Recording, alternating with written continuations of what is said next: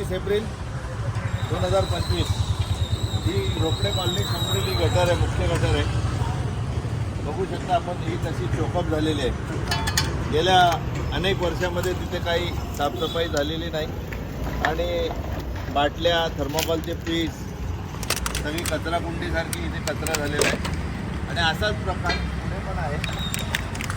आपण आपल्या स्वतःचं काम चालू होतं हिना आशिष रिडेव्हलपमेंटचं, तर त्या अनुषंगाने आपल्याला वाटलं की आपलं काही मटेरियल पडलेलं असेल गटरीमध्ये, तर आपण आपली गटर साफ करून घ्यावं आपल्या हद्दीतली, जेणेकरून महापालिकेला तेवढाच हे होईल. आणि आपल्याला पण वाटतं की आपल्यामुळे काही चोकअप झालं असेल तर आपण साफसफाई करणं आपली जबाबदारी आहे.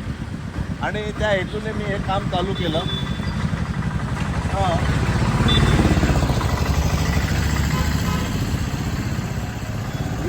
हिना आशिष रिडेव्हलपमेंट सोसायटी होते, ती बोरगावकर ग्रुपच्या वतीने करण्यात येत आहे.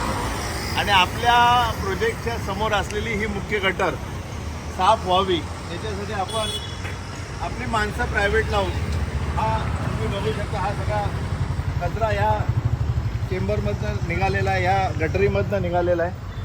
आणि नंतर मग असं होतं की बाबा बिल्डरनी चोकअप केली, बिल्डरच्या समोर बिल्डरचं काम चालू होतं. जर प्रकार बघितलं तर ही गटर गेल्या अनेक वर्षामध्ये कधी साफच झाली नाही. आणि त्याच्यामुळे ह्या प्लॅस्टिकच्या बाटल्यांचा खर्च आहे, नारळाचे शहाळे आहेत, आणि हे घराच्यामध्ये चपलापासून सगळ्याच वस्तू ह्या ठिकाणी ह्या कचरा कुंडीसारखी गटरची अवस्था केलेली होती. तर आता याची नोंद आम्ही घेतली आणि आम्ही आमचं प्रायव्हेट माणसं लावून हे काम करतो आहोत. आम्ही आमच्या हद्दीतलं करून घेऊ.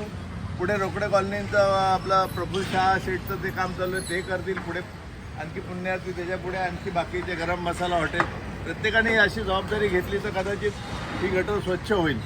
धन्यवाद.